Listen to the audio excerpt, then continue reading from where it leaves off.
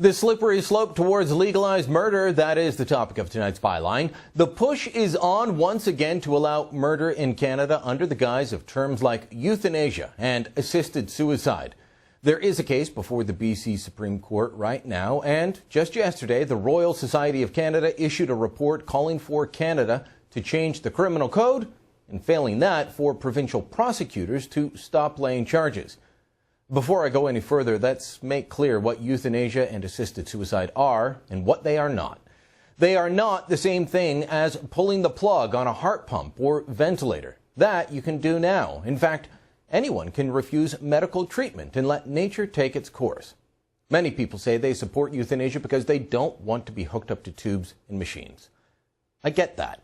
Neither do I, but you are not required to be, and no one is stopping you or your loved ones from pulling the plug if that is the situation you find yourself in. Euthanasia and assisted suicide should properly be described as government-sanctioned murder, because that's what they are. Euthanasia and assisted suicide require the act of administering lethal injection or some kind of poison, not by the person who wants to die, but by a doctor or a nurse. Normally doing that would result in murder charges. Allowing euthanasia and assisted suicide would require an exemption from Canada's murder laws. I'm not twisting things here. I'm speaking bluntly and avoiding euphemisms so common in this debate. Euthanasia and assisted suicide is literally letting people get away with murder. The Royal Society, though, they say it's all about self-determination. Here's a quote from their report. Respect for autonomy requires respect for competent individuals' free and informed decisions with respect to how and when they die. In their view, choice and autonomy are the be-all and end-all.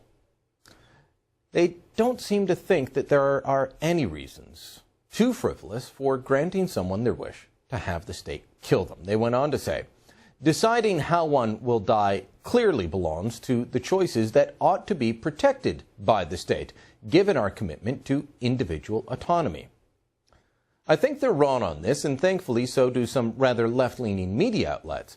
While the Toronto Star generally leans towards allowing assisted suicide, here's what they had to say about the Royal Society's push to allow people to have themselves killed for any reason they choose. The Star said, but by pushing the argument for the right to state-assisted suicide to such radical extremes, they risk discrediting their case for what most Canadians want, a carefully monitored right to end one's life when valid medical reasons make it not worth going on. Bravo to the Star for recognizing that the Royal Society is pushing things too far. If only they would correct their view on the rest. Proponents of assisted suicide and euthanasia have long told us to look to places like Holland, the Netherlands, to see how they do things. Many of us have. We've looked and we've been repelled by what we've seen. Doctors euthanizing people to clear up bed space. The wrong person getting the death drug because they were in the room trying to get better while the person in the next bed decided the time had come for a lethal injection. There are thousands of documented cases of people being euthanized without their consent or for the wrong reasons. Reasons the legislation that allowed doctor-assisted killing explicitly forbid. But the Royal Society sees none of this.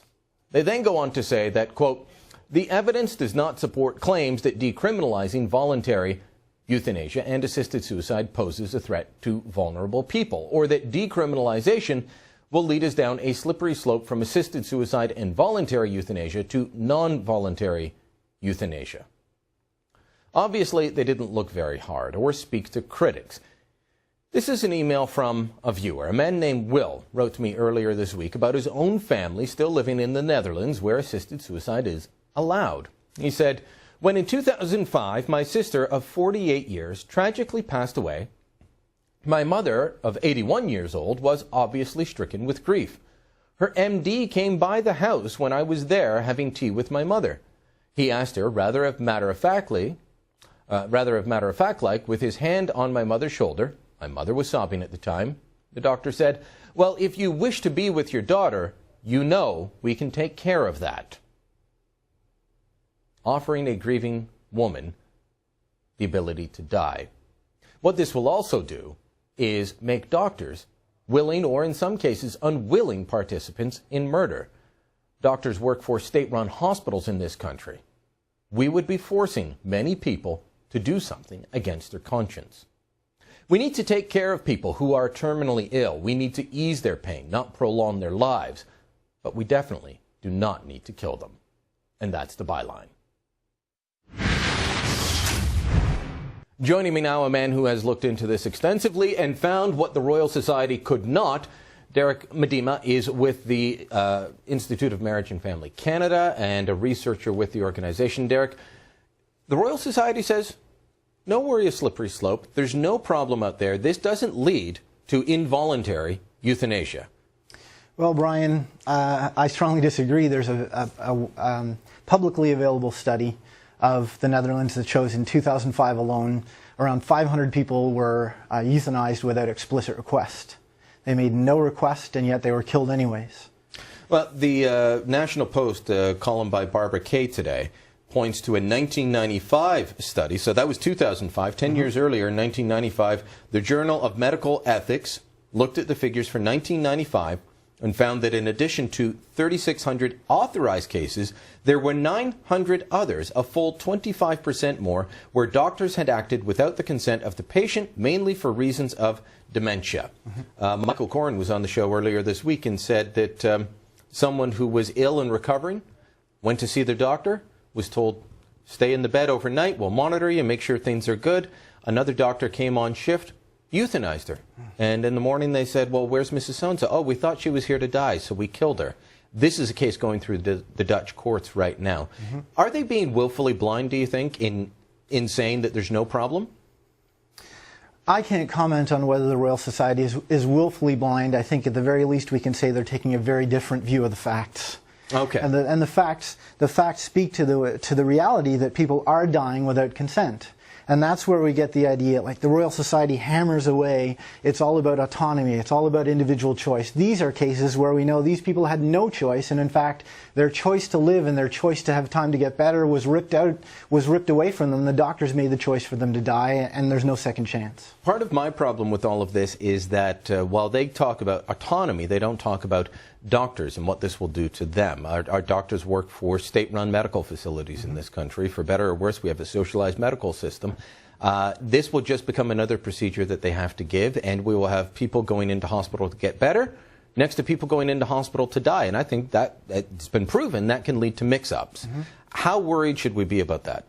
Well, I think any time that our society begins to shift from having the weight of treatment on the side of life to having the weight of treatment on the side of death, and let me illustrate it this way. I can be a cancer patient, I can have a culture of life which would say, let us treat you for tens of thousands of dollars, or a culture of death would say, instead take these pills for a couple $100 and end it all.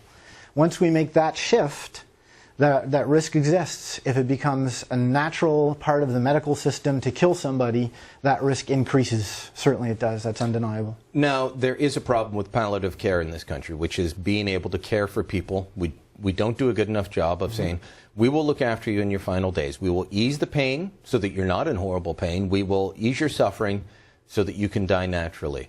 If you've been to a palliative care hospital, I've been to the Elizabeth Briere Center here in Ottawa. I've been to St. Peter's in Hamilton. They do wonderful work, but we don't have enough of that. Is that where we should be looking instead of saying, here's a quick way out, as you put it, $100 versus thousands? Well, I think, the argument here is let people die with dignity, and I would say let people live with dignity. And living with dignity means, among other things, palliative care.